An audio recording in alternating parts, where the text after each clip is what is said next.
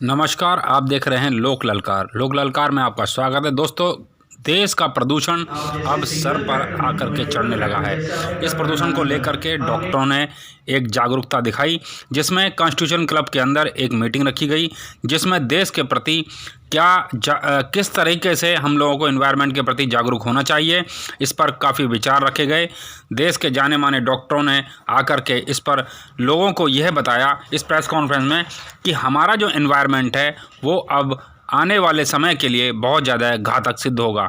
इसी ऐसा कुछ नहीं है।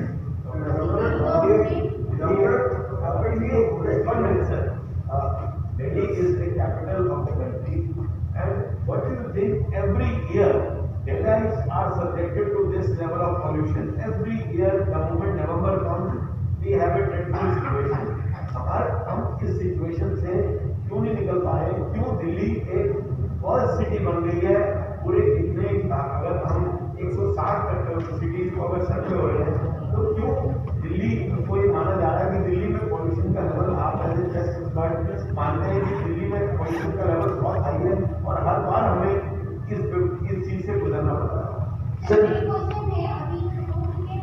स्मोक टावर लगाया जाएगा सीपी पे, तो आपको क्या लगता है कि उसमें कितना टाइम लगेगा और क्या उससे कंट्रोल हो पाएगा कि नहीं हो पाएगा?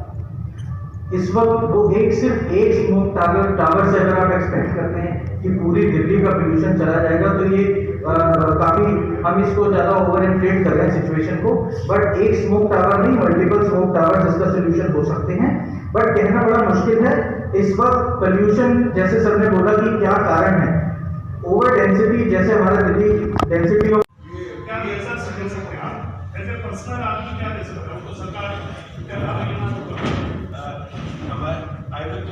हमारे बीच में डॉक्टर अरविंद कुमार आ चुके हैं। He is a founder member of the lung foundation and is the chief of the lung surgery and thoracic surgery department in sir Gangaram hospital formerly at DM south. I would like to know the views of Dr. Arvind Kumar regarding what should have been done to stop this every year, and what is his opinion in his past experience that what should we do to control the situation of this double attack in Delhi? Doctor, मैं अभी आया हूँ तो मुझे पहले के discussion के बारे में नहीं पता, बट मैं सर के क्वेश्चन को थोड़ा सा पार्ट सुना। कोविड जो ऑलरेडी था और लॉकडाउन होने के बाद में जो अगले 4-5 महीने थे, वो ऐसे थे जो हमने पिछले 50 साल में कभी नहीं देखे थे। वो बहुत ही अच्छे पीरियड थे, लेकिन जैसे ही लॉकडाउन लिफ्ट हुआ है तो हमारे पॉल्यूशन लेवल्स बढ़ के आज हम प्री कोविड वाले लेवल पे आ गए हैं। एक चीज मैं आपसे शेयर करना चाहूंगा कि पूरे वर्ल्ड से बहुत सारी रिपोर्ट्स अवेलेबल हैं जिन्होंने ये क्लियरली और कैटेगोरिकली शो किया है कि जहां जहां पॉल्यूशन लेवल्स हाई हैं, तो कोविड के मामले में दो चीजें होती हैं। एक, कोविड का इंसिडेंस ज्यादा होता है, यानी कि उसी यूनिट पॉपुलेशन में मोर नंबर ऑफ केसेस हैपन, और दो, जो उससे ज्यादा सीरियस है कि उसकी मोर्टालिटी ज्यादा होती है। चाइना से आई रिपोर्ट, इटली से आई रिपोर्ट, इंग्लैंड से आई रिपोर्ट और कंट्रीज से आई रिपोर्ट, कैटेगोरिकली उन्होंने शो किया है कि covid cases occur with higher frequency in pollution affected communities and you have higher mortality. Harvard की एक स्टडी ने शो किया है कि अगर 1 माइक्रोग्राम की PM 2.5 बढ़ा तो उसकी मोर्टेलिटी पर सीधा असर पड़ता है। हमारे यहाँ दिल्ली के अंदर खास करके जो पिछले 2 हफ्ते में ये सडन स्पाइक हुआ है, ये मेरे हिसाब से कहीं ना कहीं पॉल्यूशन से रिलेटेड है, क्योंकि पिछले 2 हफ्ते के अंदर ही हमारा पॉल्यूशन का लेवल इतनी तेजी से बढ़ा है। अब जहां तक सोल्यूशन की सवाल है, हमारे पास 2 प्रॉब्लम है, एक कोविड और दूसरी पॉल्यूशन। ये दोनों रिलेटेड भी हैं, लेकिन ये इंडिपेंडेंट भी हैं।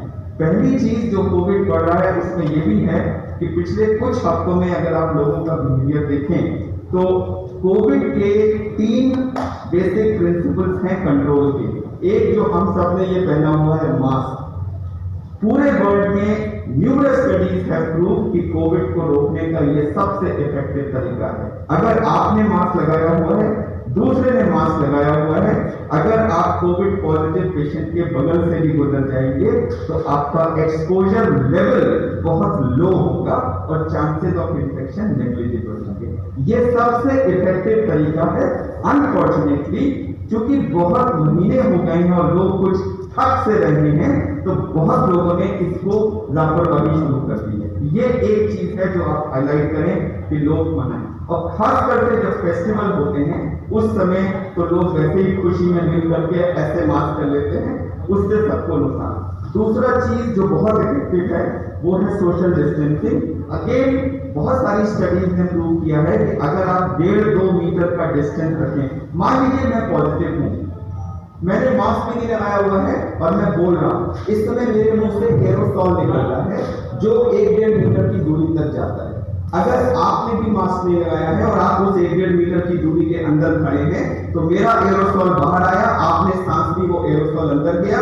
अगर हमारा कांटेक्ट 10 मिनट से 15 मिनट से ऊपर हो गया, आपके बॉडी के अंदर एनफ वायरस लोड पहुंच गया जिससे आप इफेक्ट हो जाएंगे। अब सिचुएशन देखिए, मैंने मास्क लगाया हुआ है, एक अच्छा सा मास्क मैंने अगर लगाया हुआ है, अब मैं बोल रहा हूं तो मेरा अगर ये मास्क प्रॉपर्ली फिटिंग है, मैं इसको प्रॉपर्ली फिटिंग कर लूं, इसका एक्चुअली आपके कभी ऊपर वाला स्ट्रैप टूट गया, तो अगर ये मास्क प्रॉपर्ली फिटिंग है, यानी कि ये नोज पे क्लिप किया हुआ है, साइड से भी बंद है, अब मैं जो कुछ भी बोल रहा हूं, मेरा जो एरोसॉल जो पार्टिकल्स हैं वो इसके अंदर रुक रहे हैं ना। N95 अगर है तो 99% पार्टिकल्स इसके अंदर रुक गए।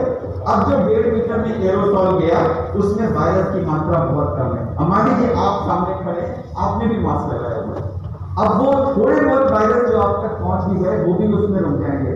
मेरे मास्क की अंदर की सरफेस पे होंगे, आपके मास्क की बाहर की सरफेस पे वायरस रुक जाएगा, आपके बॉडी के अंदर डोज नहीं पहुंचेगी और क्रॉस इन्फेक्शन एकदम से कम हो जाएगा।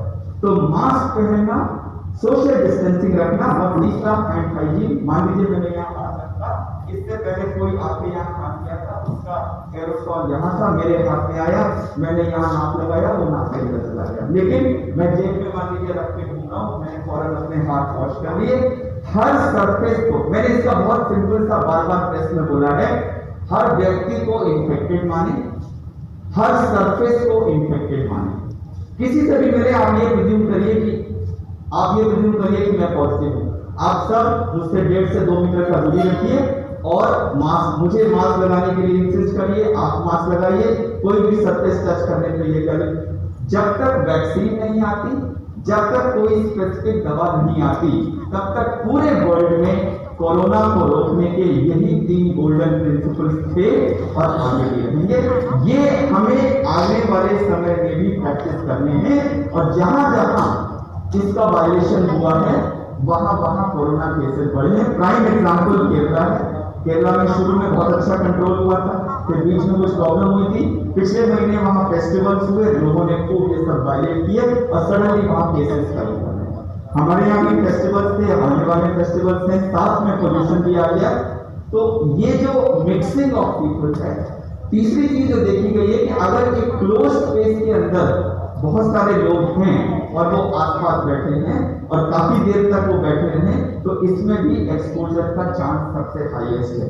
तो हम रिकमेंड करते हैं कि ज्यादा से ज्यादा खुले जगहों में रहें और एक कमरे के अंदर बंद ना बैठें। ये चीजें हैं। पोल्यूशन इसको और बढ़ा देता है।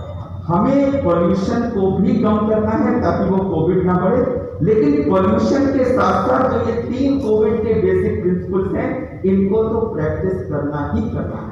अब आपने बात की थी पोल्यूशन कम करने की, तो पोल्यूशन 2 सोर्सेज से आता है। एक पार्टिकल्स जो धूल से रिलेटेड है और दूसरा स्मोक जो धुएं से रिलेटेड है। धूप और धूप, अगर हम सब लोग मिलकर थोड़ा थोड़ा कंट्रीब्यूशन करें कि हमारे घर के बाहर एक कच्चा पैच है, मान लीजिए उस पे से गाड़ी निकल रही है, रोज धूल उड़ रही है, रोज धूल उड़ रही है, वो तो हवा में जा रही है, वही पार्टिकुलेट मैटर बन के हमारे अंदर जा रही है। अगर हम सब लोग मिलकर के, गवर्नमेंट भी और सब लोग कहीं ना कहीं उसको थोड़ा सा कम करें। एक हर गली में आप देखिएगा आजकल रात को थोड़ी सी ठंडक आपने दीजिए, हर गली में चौकीदार लोग रात को लकड़ियां सुलगा के बैठते हैं, उससे काफी मात्रा में धुआं निकलता है। रोज सुबह हमारे गली के जो स्वीपर्स होते हैं वो सारा कूड़ा इकट्ठा करके, आप लोगों ने बहुत बार इस चीज को हाईलाइट किया, मैं आभारी हूं कि आपने, लेकिन अनफॉर्चुनेटली उसके बाद भी हमारी ये प्रैक्टिस चल रही है। ये जो छोटी छोटी कंट्रीब्यूशन है ना, अगर इन्हीं को हम कम कर दें तो उससे काफी हद तक हो जाएगा। मैडम आपने स्मॉग फ्लावर की बात की थी, मैं बताना चाहूंगा कि एयर पोल्यूशन का सोल्यूशन गंदी हवा को साफ होना नहीं हो सकता। मैं उसको सोर्स पे कंट्रोल करना पड़ेगा। धूल और धुआं हवा में ऐड करके उसके बाद उसकी हवा की सफाई करके ये प्रॉब्लम सॉल्व नहीं होगी। तो लोग क्या करें इसके लिए, क्या बचा? लाखों करोड़ों की संख्या में आपको आफ्टर स्मॉग कवर क्या होती है? स्मॉग कवर में बेसिकली फिल्टर्स लगे होते हैं और नीचे बड़े बड़े फैन लगे होते हैं। वो फैन हवा को इधर की तरफ करते हैं तो ऊपर से हवा सक होती है, फिल्टर से पास होती है और नीचे से साफ हवा चली जाती है। It's like air purifier. It's actually a larger version of air purifier. मुझे बताइए कि कौन सा स्मॉग कवर इंडिया जैसे हजारों लाखों स्क्वायर किलोमीटर वाले कंट्री की एयर को साफ कर सकता है? याद रखिएगा, air does not know any boundary. आप एयर को दिल्ली की हवा और गाजियाबाद की हवा में सेपरेट कर सकते हैं? क्या आप बॉर्डर में बंद करके एयर का आदान प्रदान रोक सकते हैं? आपने आनंद विहार में एक बड़ी सी टॉवर लगा दी, क्या वो गाजियाबाद की हवा को नहीं सक करेगी? So smog towers are not a solution to the problem of air pollution. The solution to the problem of air pollution will come by hitting at the sources. चाहे वो धुआं कहीं से भी आ रहा हो, धूल कहीं से भी आ रही हो, ये दो मूल सोर्सेज हैं। हमें इन दोनों सोर्सेज को कंट्रोल करना पड़ेगा। साथ में जो छोटे छोटे फायर और ये सब हैं, इनको अनफॉर्चुनेटली सब लोग ये सोचते हैं कि कोई बड़ा ओवरनाइट मैजिकल बुलेट मिल जाए, बटन दबाया और अगले दिन ले। लेकिन सॉल्यूशन मैजिकल बुलेट में नहीं है, सॉल्यूशन छोटे छोटे steps taken by 1300 million people, वहां सॉल्यूशन लाएगा। One thing, sir, why? लेकिन ये सब हम सबके मन में है और इसके आंसर भी हम सबको पता है, लेकिन फॉलो कोई नहीं करता। सबसे इम्पोर्टेंट चीज़ ये है कि हमें ये सारी चीज़ें फॉलो करनी चाहिए। तो बात करें पोल्यूशन की कि पोल्यूशन कैसे कम होगा, तो उसके लिए हमें फ्यूचरिस्टिक होना पड़ेगा। हम बोले कि नहीं आज पोल्यूशन ज़्यादा है, कल हम कम कर देंगे, पॉसिबल नहीं। फ्यूचरिस्टिक कैसे होना पड़ेगा? जब हम लोग धूम देखते हैं तो हल्ला करते हैं कि पोल्यूशन आ गया, पराली जल गई, हो गया। इवन इफ धूम नहीं है सर्दियों के बाद, आप पूरे ईयर का चार्ट लगा के देखिए, पोल्यूशन लेवल हैजार्डस ही है। तो उसके लिए हमें कुछ ना कुछ दूरगामी इलाज निकालने पड़ेंगे। हम ये बोले कि नहीं ऑडिबल गाड़ी चलाएंगे तो आगे लोग क्या करेंगे? सो ग्रीनर लेके जाना पड़ेगा, वो एक सोल्यूशन है। अब हम देख रहे हैं सब जगह गैस से चलने वाली गाड़ियाँ आ रही हैं, इलेक्ट्रिसिटी से चलने वाली गाड़ियाँ आ रही हैं। हर किसी के घर में 3 से 4 गाड़ियाँ लिमिट करना पड़ेगा, वो कोई नहीं करना चाहता। सो हर चीज का सोल्यूशन सरकार या डॉक्टर नहीं दे पाएगा। सोल्यूशन प्रिवेंशन में ही रहेगा, सोल्यूशन ट्रीटमेंट में नहीं आएगा।